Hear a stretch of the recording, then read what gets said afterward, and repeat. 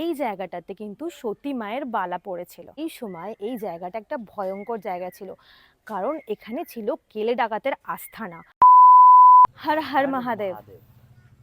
তো চলে এলাম তোমাদের সাথে আরও একটা নতুন খোঁজের সন্ধানে বলতে পারো, কারণ এর আগের বার তোমাদেরকে যে ঘটনাটা বলেছিলাম আমরাও কিন্তু নতুন কিছু শিখতে পেরেছিলাম আর তোমাদেরকেও জানাতে পেরেছিলাম। সেরকমভাবে কিন্তু ঘোরাঘুরির সাথে সাথে আজকেরটাও ঘোরা, কিন্তু আমাদের জিরাটেই এত সুন্দর একটা স্টোরি লুকিয়েছিল সেটা কিন্তু আমাদের জানা ছিল না।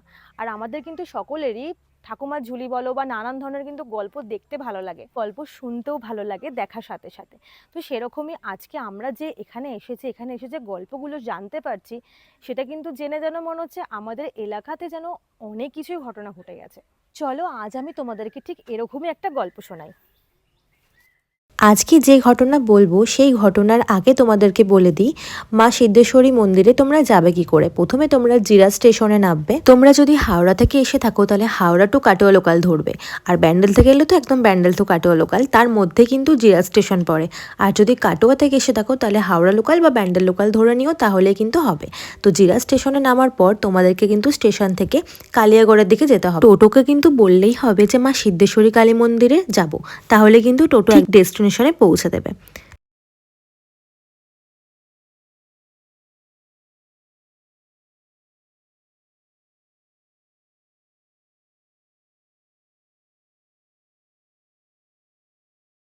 এই হচ্ছে জিরাট হাই স্কুল। অনেকে কিন্তু যারা জিরাট থেকে ভিডিওটা দেখছো তোমাদের হয়তো পুরনো কিছু স্মৃতিও লুকিয়ে থাকতে পারে। জিরাট স্কুলটা পার হয়ে গিয়ে একদম 1 মিনিটের রাস্তা হচ্ছে কালিয়াগড়, আর কিন্তু বেশিক্ষণ সময় লাগবে না, আমি এক্ষুনি পৌঁছে যাবো। আর এই যে কালিয়াগড়ের চৌমাথা, বাদিকে চলে গেছে বলাগড়, ডান দিকে চলে গেছে হাটতলা, আর সোজা চলে গেছে মা সিদ্ধেশ্বরীর মন্দির। তো চলো এবার তো আমরা মন্দিরে ঢুকেই গেলাম। তো মন্দিরে ঢুকতে ঢুকতে মন্দিরের কিছু কাহিনী তোমাদেরকে এবার শোনানো যাক। আজকে আমি তোমাদেরকে যে ঘটনাটা বলবো সেটা কিন্তু একদম গা হিম করা ঘটনা। ছোটবেলাতে যখন আমি খেতে বসতাম তখন কিন্তু বাপি আমাকে গল্প না বললে আমি ভাতের থালা কিন্তু খালি করতাম না, এটা আমার একটা অভ্যাস ছিল। তো সেরকমভাবেই তখন থেকেই আমি শুনে শুনে অনেক গল্পই শুনে এসেছি। আর তখন থেকে আমি এটাও শুনেছিলাম যে এই মায়ের মন্দিরে নাকি মা এতটাই জাগ্রত, মা নাকি স্নান করতে প্রতিদিন সন্ধ্যাবেলা না রাত্রিবেলা বের হন। একদিকে কিন্তু বাবার মন্দির আর একদিকে কিন্তু মায়ের মন্দির, মানে মা আর বাবা দুজনে একদম এক লাইনে বসবাস করেন। আর এখানে যে গাছগুলো রয়েছে মোটামুটি গাছগুলো কিন্তু অনেক বছরেরই পুরনো। তো চলো এবার মন্দিরে আমি প্রবেশ করি আর তোমাদেরকেও নিয়ে চলে আসি। জাস্ট একবার ফিল করো যে তুমি রয়েছো 1000 বছর পুরনো, মানে আগে। মানে তুমি জাস্ট ইমাজিন করো যে তুমি 1000 বছর আগে চলে গেছো, তবেই কিন্তু এই ভিডিওটা ভালো লাগবে। কারণ এখানে কিন্তু ছিল একটা সময় ডাকাত, আর এই ডাকাত কিন্তু এই মায়ের পুজো দিয়ে তারপর ডাকাতি করতে যেতেন। তাছাড়াও মায়ের অনেক কিছু অলৌকিক ঘটনা আমরা জানতে পারবো। তার আগে চলো একটু মায়ের মুখটা দর্শন করে নিই।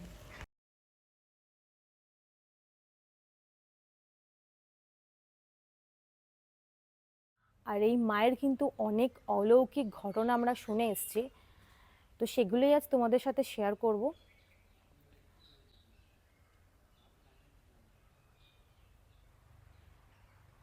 এই মাকে যেন কি রূপ একটা বললো।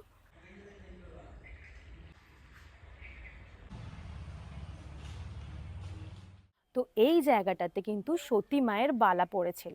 আর তোমাদেরকে তো দেখিয়ে দিলাম ওদিকে মায়ের মন্দির রয়েছে আর এদিকে হচ্ছে শ্রী শ্রী মহাকাল ভৈরবের মন্দির, মানে বাবার আমার মন্দির। কিন্তু এটাও জানা ছিল না যে আমাদের জিরাটে এই মায়ের মন্দিরটা এত জাগ্রত কেন। আজকে জানতে পারলাম যে এখানে কিন্তু দেবী সতীর, মানে মা সতীর এখানে হাতের বালা পড়েছিল যখন 51টা ভাগ হয়ে গিয়েছিল সেই সময়। আর এই কারণেই এই মন্দিরটা বলয়মপীঠ নামে পরিচিত।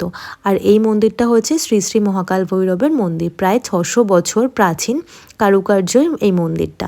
দেখে কিন্তু বোঝা যাচ্ছে এখানেরই বাসিন্দা আমি একজনকে পেয়েছি। আঙ্কেলকে, তো ওনাকে জিজ্ঞেস করবো, উনি এই মন্দিরের বিষয়ে অনেক কিছু জানেন। তো আঙ্কেল আপনি কি কি জানেন এই মন্দিরের বিষয়ে? আমি যেটুকুনি জানি বাবাদের মুখ দিয়ে শোনা, আমার তো সম্ভব হয়নি অতটা জানা। তবে বাবা মার কাছ থেকে যেটা জানা, এটা একটি তীর্থস্থান এবং আমাদের যে সতীমার 51 পীঠের মধ্যে এখানে একটি পীঠ। এটা বালা পড়েছিল, এখানে সতীর বালা পড়েছিল। হ্যাঁ, এখানে একটি সতীর বালা পড়েছিল এবং সেই হিসেবে পূজিত হয়। এবং কথিত আছে যে এখানে আগেকার দিনে তো প্রচুর ডাকাতি হতো এই ডাকাতি করতে এখানে পুজো দিতেন, পুজো দিয়ে ডাকাতিতে সফল হয়ে তারপর আবার পুজো দিতেন। এবং এখানে ইনি এতই জাগ্রত, এই চত্বরে কারুর কোনো কিছু চুরি চামারি হলে ইনি তা সেই জিনিসটি পাইয়ে দিতেন, আচ্ছা একদম পাইয়ে দিতেন। কারণ আমার বাড়ির দিক দিয়ে বলছি, আমার বাড়িতে নারায়ণের সেবার সমস্ত জিনিস আছে। সে চুরি একদিন হয়েছিল বহুদিন আগে, তা মায়ের কাছে এসে বলেছিলাম, তা সেই জিনিস নিয়ে যেতে পারিনি। এখানেই কারুর না কারুর খড়ের গাদার তলায় খড়ের পালি দেওয়া হয়, সে তলায় রেখে চলে গেছিল। তো এখানে এখনও প্রত্যেক দিন ভোগ দিয়ে পুজো দেওয়া হয় এবং কালী পুজোর দিন প্রচুর লোক খায়, অন্নভোগ নেয়। এবং এনাদের বেশিরভাগ লোকই বাইরে থাকেন, সবটাই বাইরে থাকেন। এনাদের যে এখন যিনি আছেন 3 জন অংশীদার আছেন, আপনার ডাক্তার একজন আছেন, কলকাতায় থাকেন, এখানে বুধবারে করে আসেন, রতন ডাক্তার বলে পরিচিত উনি। আচ্ছা আচ্ছা আর বুড়ো বাবু বলে উনি মামা হন, আমাদের মামা হন সম্পর্ক আমার, এবং উনি গত হয়েছেন। আর উমাপ্রসন্ন চক্রবর্তী মারা গেছেন, উনিও গত হয়েছেন। আছেন 2 ভাই, ওই রমাপ্রসাদ আর এই রতনবাবু, ওনার ভালো নামটা ঠিক জানা নেই। উনি ব্রিগেডিয়ার ছিলেন, ব্রিগেডিয়ার থেকে এখন রিটায়ার করে উনি রামকৃষ্ণ মিশন সেবা প্রতিষ্ঠানে ডাক্তারি করেন এবং এখানে বাড়িতেও সেবা করেন, লোকের সেবা করেন। এবং প্রত্যেক দিনই আমার দাদা পুজো করেন এই মন্দিরে। এখন বর্তমানে এখানে আমার দাদা পুজো করেন, প্রতিদিনই সকাল সন্ধ্যে পুজো করেন। 2 পুরোহিত আছে, ওই পালা করে পুজো করেন, কোনোদিন আমার দাদা, কোনোদিন আর একজন পুরোহিত পুজো আচ্ছা মানে এখানে পুজো কখন হয়, মানে সেই টাইমটা? পুজো মোটামুটি ধরে নিতে পারেন আপনি 11:30 থেকে 12টা। শনি মঙ্গলবারে একটু বেলা হয়, শনি মঙ্গলবারে তো পূজারি প্রচুর আছে, মানে প্রচুর দর্শনার্থী আসে এবং পুজো দেয়, শনি মঙ্গলবারটা দিবেন। আর সন্ধ্যেবেলা মোটামুটি সন্ধে হওয়ার পরপরই আরতিটা হয়, আচ্ছা আরতিটা হয়। এটা মন্দিরটি সংস্কার হয়েছে, মন্দিরটা আটচালা ছিল, এখানে একটা বড় আটচালা ছিল টিনের, সেইটা ভগ্নপ্রায় হয়ে গেছিলো, সেটা এটা মানে প্রতিষ্ঠা হয়েছে আবার নতুন করে। এই টানেই দেখবেন আপনি এই শিব মন্দিরটা দেখতে পেলেন, শিবের মূর্তি আর মায়ের মূর্তি একদম একেবারে টানে টানে, আচ্ছা একেবারে টানে টানে। আর আমরা জন্ম থেকে বলতে পারেন এই বেলগাছটা দেখে আসছি, এই যে বেলগাছটা আমরা জন্ম থেকে দেখে আসছি, এই বেলগাছটা বহুত পুরনো। আর এখানে একটা বকুল গাছ ছিল পুরনো, সেই বকুল গাছটা কেটে একটা প্রতিষ্ঠা হয়েছে বকুল গাছ। আবার এই যে অশোক গাছটা দেখছেন, আমরা জন্ম থেকে দেখে আসছি, এটাও এই অশোক গাছ দেখে আসছি, এই অশোক গাছ জন্ম থেকে দেখে আসছি। আর এই ঘাটটার সমস্ত মানে কথিত আছে এই নিচেটা দিয়ে গঙ্গা গিয়েছিল, এই নিচেটা দিয়ে গঙ্গা গিয়েছিল। তা আপনার মায়ের গঙ্গার জল এবং মায়ের স্নানের জল এই গঙ্গা থেকে, এই ঘাট থেকেই নেওয়া হতো। এবং এখানে একটা চৌবাচ্চা ছিল আগে, এই চৌবাচ্চা এই গঙ্গার জল তুলে ওইখানে মায়ের বাসনপত্র সমস্ত কিছু গঙ্গা জলেই দেওয়া হতো। আচ্ছা দিনের পর দিন গঙ্গার চর পেরে গঙ্গা বহু দূরে চলে গেছে, এখন তো অনেক দূরে চলে গেছে, কিন্তু দেখতেই বুঝতে পারবেন যে এইখানটা পুরো গঙ্গার পাড় ছিল। তা সেই ঘাটটা, এই সিঁড়িটাও আবার সংস্কার করেছে এরা, বাড়ির লোক এনারা সংস্কার করেছে। আচ্ছা ঠিক আছে। তো আমরা কিন্তু অনেক একটা সুন্দর ঘটনা জানতে পারলাম, আর এখানে কিন্তু আমার সাথে একটা অলৌকিক ঘটনা ঘটেছিল, সেটা আমি তোমাদের সাথে শেয়ার করব। তো চলো আরেকটুখানি দেখে আসি, তারপর আমি তোমাদেরকে বলছি। এখানে কিন্তু পরিষ্কারভাবে লেখা আছে মায়ের মন্দির কখন খোলা হয়, কখন সন্ধ্যা আরতি দেওয়া হয়, কখন পুজো হয়। 1000 বছর আগে এই জায়গার নাম ছিল কিন্তু মোহাম্মদপুর, আর সেই সময় এই জায়গাটা একটা ভয়ঙ্কর জায়গা ছিল, কারণ এখানে ছিল কেলে ডাকাতের আস্থানা। তো কথায় আছে উনি ডাকাতি করতে যাওয়ার আগে এখানে কিন্তু মায়ের পুজো দিয়ে তারপর উনি ডাকাতি করতে যেতেন। আর এছাড়াও এখানে কিন্তু আরও একটা ঘটনা আছে। তো ওই যে কালী ডাকাত, যে মানে যে কেলে ডাকাত আর কি, যাই হোক, অনেকে বলছেন কালী ডাকাত, অনেকে বলছেন কেলে ডাকাত। এখন ইনফ্যাক্ট ওনার অরিজিনাল নাম কি কিন্তু জানি না, তবে যেটুকুনি আছে গুগলে সেটুকুনি দেখলাম কেলে ডাকাত নামেই আছে। তো উনি কি মারা যায় পরে? হ্যাঁ, উনি মারা যায়, মারা যাওয়ার পর মন্দিরটা এমনি নর্মালি ছিল। তো কেলে ডাকাত মারা যাওয়ার পরে কিন্তু এই মন্দিরে কিন্তু পুজো বন্ধ হয়ে গিয়েছিল, কারণ কারোরই হয়তো আর সাহস হয়নি এখানে মন্দিরে এসে পুজো করার। কারণ উনি যেহেতু খতরনাক ডাকাত ছিল, আর গা হিম করে একটা ঘটনা, মানে ডাকাতি করতে যাওয়ার আগে মায়ের পুজো দিয়ে উনি এখানের থেকে যেতেন। তো আর এই জিরাট, আমাদের যেই জিরাটটা আগে কিন্তু অনেক ঘন জঙ্গলে ভরা ছিল। মা বাবার মুখে কিন্তু গল্প শুনেছি যে আমাদের জিরাটে কিন্তু বাঘ থাকতো, সেটা কিন্তু বেশি দিনের কথা না, মানে যখন আমার দাদুর বাবা বেঁচে ছিলেন, মানে বড়দাদু যখন বেঁচে ছিলেন, তখনও কিন্তু এখানে বাঘ থাকতো। তো এরপর পুজোটা কী করে শুরু হলো, এই ঘটনাটা প্রদীপ জানতে পেরেছে। এই ঘটনাটাও কিন্তু বিশাল একটা বিশাল মানে বহুত অলৌকিক ঘটনা এটা, আর কোনো রকমের কিন্তু গল্প কথা নেই, এটা সত্যি কথা ভেবেই আমারও একটা মানে নিজের একটা যেন মনে হচ্ছে গর্ব ফিল হচ্ছে যে আমার জিরাটে বাড়ি। যাই হোক, ঘটনাটা প্রদীপের মুখ থেকে শোনো। তো আমারও যেটুকুনি শোনা কথা, তো আমার এই যে পাশে যে গঙ্গাটা বয়ে গেছে, এখন গঙ্গা চলে গেছে প্রায় 6-7 কিলোমিটার দূরে। তো তার পাশে হচ্ছে, তারপরে হচ্ছে নদিয়া ডিস্ট্রিক্ট। তো নদিয়া ডিস্ট্রিক্ট থেকে এক পুরোহিত সে হঠাৎ তার করে হয়তো কোনো সুসাইড, প্রবলেমের কোনো জন্য, প্রবলেম হ্যাঁ। বা কোনো পারিবারিক কারণ, সে যাই হোক কোনো কারণে সে সুসাইড করতে যায়, গঙ্গায় ঝাঁপ মারে। তো গঙ্গায় ঝাঁপ মেরে, তো গঙ্গায় ঝাঁপ মারে তো কোনো আত্মহত্যা করার জন্য। আত্মহত্যা করার জন্য গঙ্গায় ঝাঁপ মারে। তো গঙ্গায় ঝাঁপ মারা বা কোনো ক্রমে হয়তো প্রাণে বেঁচে তার নদিয়া ডিস্ট্রিক্টের এই পশ্চিম পারে, এই হচ্ছে মোহাম্মদপুরে এসে উনি এখানে এসে আটকে যায়, এই আটকে এখানেই বেঁচে যায়। তো বেঁচে যাওয়ার কয়েকদিনের পরেই একটা জায়গায় আস্থানা পায়, আস্থানা নেওয়ার পর তাকে স্বপ্নাদেশ দেয় মা, নিজের থেকে মা স্বপ্নাদেশ দেয় যে এখানে আমার এই মানে মন্দির রয়েছে পুনঃপ্রতিষ্ঠান করার জন্য। তো সেই পর্যায়ক্রমে পুনঃপ্রতিষ্ঠান তিনি আবার শুরু করেন।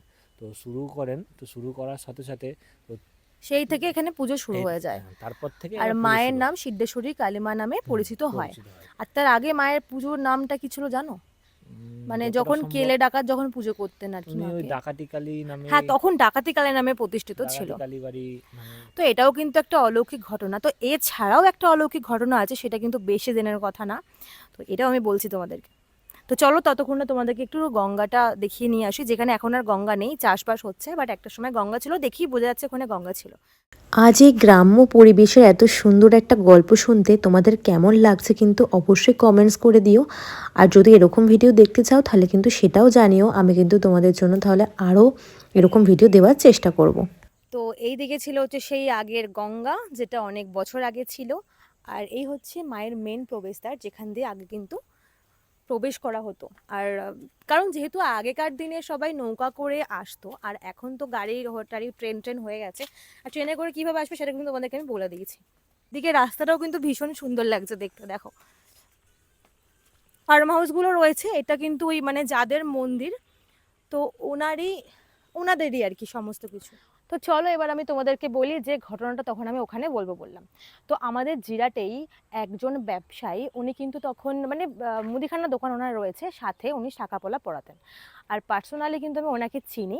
আর ওনাকে চিনি বলতে এখন উনি আর পৃথিবীতে নেই, বাট ওনার নামটা আমি নিচ্ছি না, কারণ কাউকে জিজ্ঞাসা না করে নামটা নেওয়া ঠিক না। তো এবার চলো ফিরি ঘটনাটায়। তো উনি একদিনকে মানে যেরকমভাবে ব্যবসা করেন, দোকানে থাকেন, তো দোকানে উনি ছিলেন। আর ঠিক সেই সময় একজন মাথা ভর্তি সিঁদুর পরে, লাল পাড় সাদা শাড়ি পরে একজন এসেছিলেন মহিলা। তো তিনি এসে বলেন যে আমাকে শাঁখা পরিয়ে দাও, মানে হাত দুটো বাড়ি দিয়ে বলেন শাঁখা পরিয়ে দাও। তো উনি কিন্তু শাঁখা পরিয়ে দেন। আর শাঁখা পরানোর পর যখন টাকা চেয়েছিলেন, তখন বলেছিল যে তুমি যদি টাকা নিতে চাও তাহলে তুমি সিদ্ধেশ্বরী মায়ের মন্দিরে আসবে, তো ওখানে তুমি টাকা পেয়ে যাবে। তো তখন কিন্তু মানে যে জেঠুর কথা বলছি আমি, তো ওনার কিন্তু একটু একটু হলেও বুঝতে পেরেছিল যে হঠাৎ করে টাকা চাইতে মন্দিরে যেতে বলছে। তো সেই মানে সেই সূত্রে উনি এসেছিলেন মন্দিরে। আর এসে উনি একটা অবাক একটা কাণ্ড, মানে অবাক একটা ঘটনা দেখেছিলেন নিজের চোখে। তো সেই ঘটনাটা হচ্ছে, যে হাত দিয়ে মানে উনি গায়ে কাটা উঠছে আমার কথাটা বলতে গিয়ে, যে হাত দিয়ে উনি মানে যে মহিলাটাকে মানে যে মাকে শাঁখা পলাটা পরিয়েছিলেন, তো সেই শাঁখা পলাটা কিন্তু মায়ের মানে মা সিদ্ধেশ্বরী মায়ের হাতে কিন্তু সেই শাঁখা পলাটা ছিল। তো এই হচ্ছে ঘটনা। আর কথায় আছে মানে তারপর থেকে শোনা যায় যে উনি মানে এই ঘটনাটা ঘটার পর থেকে ওনার ব্যবসায় কিন্তু অনেক উন্নতি হয়। আগে নাকি দরমার দোকান ছিল, এখন তো মানে একদম পাকাপোক্ত দোকান হয়ে গেছে। যাই হোক, এই ছিল ঘটনাটা। সব গাছগুলো একবারে জুড়ে জুম করো, জুম করো ওগুলো। জানি না তোমরা একটা জিনিস জানো কি না, বাট এই যে গাছ কাটা হয়, গাছ কিন্তু মায়েরই একটা অংশ, জানো তো। আর বাবা কিন্তু প্রচণ্ড গাছ ভালোবাসেন। তো আমি যেটুকুনি চাইবো, প্লিজ তোমরা কেউ গাছ কেটো না। তো তোমাদেরকে আমি বলতে এলাম এবার আমার লাইফের একটা ঘটে যাওয়া ঘটনা। তো এটাও একটা অলৌকিক ঘটনা। আর যেরকমটা ওই আঙ্কেল বললেন যে এখানে কিন্তু চুরি হওয়া জিনিস যদি কেউ মানত করে, সে কিন্তু সেটা ঠিক ফেরত পেয়ে যায়। আমি হয়তো ফেরত পাইনি, বাট নতুন কিছু পেয়েছি। তো চলো আজকে তোমাদেরকে আমি সেই ঘটনাটাই শেয়ার করি। তো কিছু বছর আগে, মানে ওই 2 বছর মতো হবে, বলো 2-2.5 বছর মতো আগে, আমার একটা ইনস্টাগ্রাম আইডি ছিল। সেটারও নাম ছিল IM874, মানে এটা যেটা আইডি সেটাও ওটাতেও সেম নাম ছিল। তো সেই আইডিটাতে আমার 50,000 ফলোয়ার্স ছিল। তো কোনো কারণে হ্যাক হয়ে যায়। আর আমি নাম নেবো না, আমার একজনকে এখনো পর্যন্ত সন্দেহ হয়ে আছে, আর আমি জানি সেই এটা হ্যাক করেছে, আমি কিন্তু কনফার্ম। তো আমি তার নাম নিতে চাই না। তো সে কিন্তু হ্যাকটা করে, বাট আমি জানি না লোকের ক্ষতি করে এদের কী মজা আসে। বাট সেই সময় আমি কাঁদতে কাঁদতে, হয়তো অনেকের কাছে এটা কিছুই না, বাট আমার কাছে এটা অনেক কিছু, কারণ আমি একটা রিলস বানাতে গেলেও একটা কষ্ট করতে হয় বা একটু সাজতে হয়। আমি এই ভিডিওটাকে কিন্তু ভালোবাসি। মানে দেখো, আমরা কিন্তু বাড়ি করি, বিল্ডিং করি, তো সেটাও কিন্তু ইনভেস্ট হয়। তো আমি যে এখানে 50,000 ফলোয়ার্স করেছিলাম, এখানে আমার কিন্তু ট্যালেন্টটা কিন্তু ইনভেস্ট হয়েছিল। মানে আমি যে ভিডিও বানিয়েছি, গানও করতাম অনেক, যাই হোক অনেক কিছুই করতাম, তো সেটা কিন্তু আমার হ্যাক হয়ে গেছিলো। লোকের ক্ষতি করে বলে না কখনো নিজের নিজের ভালো হয় না। তো আশা করছি মা এটা ঠিকই বিচার করবেন, বাবাও ঠিক বিচার করবেন, ওনাদের হাতেই ফেলে দিয়েছি, কারণ আমি কিন্তু সব কিছু করতে পারি না। কারণ আমি যদি সবাইকে সব কিছু সাজা দিই, তাহলে ওপরওয়ালা কী করবেন? ওপরওয়ালার হাতেও কিছু কিছু জিনিস কিন্তু ছাড়তে হয়, তো প্রতিশোধ কিন্তু সবসময় নেওয়াটা ঠিক না। যাই হোক, সেরকমই আগুনটাকে নিভিয়ে কিন্তু আমি মায়ের মন্দিরে এসেছিলাম পুজো দিতে। আর আমি নর্মালি না মায়ের মন্দিরে একবার বলেছিলাম যে আমি একবার আসবো পুজো দিতে, তো সেটা না আমার হয়ে ওঠেনি। আর সেই সময় মাকে পুজো দিতে এসে, নর্মালি আমি পুজো দিতে এসেছিলাম, মনটা খুব খারাপ ছিল। তো পুজো দিতে এসে আমি মানত করে গেছিলাম যে আমার নতুন আইডিতে যদি 50,000 ফলোয়ার্স হয়ে যায় 1 মাসের মধ্যে, 1 মাস কি 2 মাসের মধ্যে, এরকম সামথিং হয়তো কিছু একটা বলেছিলাম, সেটা আমার মনে নেই। তো যদি হয়ে যায় তাহলে আমি মায়ের পুজো দিতে আসবো, যেদিনকে হবে সেদিন, মানে সেই তার মধ্যেই পুজো দিতে আসবো। তো আমার সেই আইডিটাতে, মানে নতুন যে আইডিটা করেছিলাম সেটাতে মোটামুটি 3 মাসের মধ্যে কিন্তু 50,000 ফলোয়ার্স হয়ে গেছিলো, 3 থেকে 4 মাস। তো 50,000 ফলোয়ার্সটা হওয়ার পরে মার কাছে এসেছিলাম, আর আমি মানে ভীষণই হ্যাপি ছিলাম যে মা কিন্তু আমার আশাটা কিন্তু রেখেছে। তো সত্যি বলতে আমি কিন্তু তখন জানতাম না যে মায়ের কাছে মানত করলে মানে এইসব চুরি জিনিস মানে মা ফেরত দিয়ে দেয়। তো সেটাই হয়তো মা আমার জন্য হয়তো ফেরত দিয়ে দিয়েছিল। মানে 50,000 ফলোয়ার্সটা কিন্তু করতে খুবই কষ্ট হয়েছিল। তো সে যখন হ্যাক করে রীতিমতো আমি ডিপ্রেশনে চলে গেছিলাম। মানে না আমি কিছু খেতে পারতাম ঠিক করে, বোন খাইয়ে দিত। কারণ আমি সত্যি বলছি কোনোদিন কারোর লোকের পেছনে লাগতে যাই না বা বাইরে বেরিয়ে কিছু করতে যাই, নর্মালি নিজের ভিডিও নিয়েই থাকতাম সবসময়। তো সেটা যখন মানুষ ক্ষতি করে বা সেটা যখন কেউ কেড়ে নেয় না, খুবই কষ্ট হয়। তো সেরকমই আমারও হয়েছিল, কিন্তু মা কিন্তু সেটা আমার ফিরিয়ে দিয়েছিল। ও আর কি, মানে বলতে বলতে আমি রীতিমতো যাই হোক, এই ছিল হচ্ছে আমার ঘটনা। তো আমার লাইফে কিন্তু এই ঘটনাটা ঘটেছে। তো আজকের ভিডিওটা এই পর্যন্তই। এই গল্প শুনতে, মানে আমাদের এই জিরাটের বিষয়ে এত কিছু শুনতে তোমাদের কেমন লাগলো? আমার তো ভীষণ ভালো লেগেছে। আমার জিরাটে বাড়ি, বাট আমি জানতাম না এত কিছু, আজকে জানতে পারলাম। আমারও ভীষণ ভালো। তোমার ভালো লেগেছে? খুব খুব আমারও খুব আর আমারও তো মোটামুটি দেখে আমারও জেনে খুবই মানে গর্ব ফিল হচ্ছে যে আমারও জিরাফের হ্যাঁ, বাড়ি এটা এরকম একটা আমারও ব্যাপার। হচ্ছে। তো আপনারাও জানুন, আপনারাও দেখুন ভিডিওটা, অবশ্যই গিয়ে দেখুন। আর এই ধরনের ভিডিও পেতে আমাদের চ্যানেলটাকে সাবস্ক্রাইব করো, দিন আর লাইক করে আমার লাইক শেয়ার। মোটিভেশনটা বাড়িয়ে দিন, যাতে এই ধরনের ভিডিও আমরা আরও করি, আপনাদের কাছে আরও নিয়ে আসতে পারি।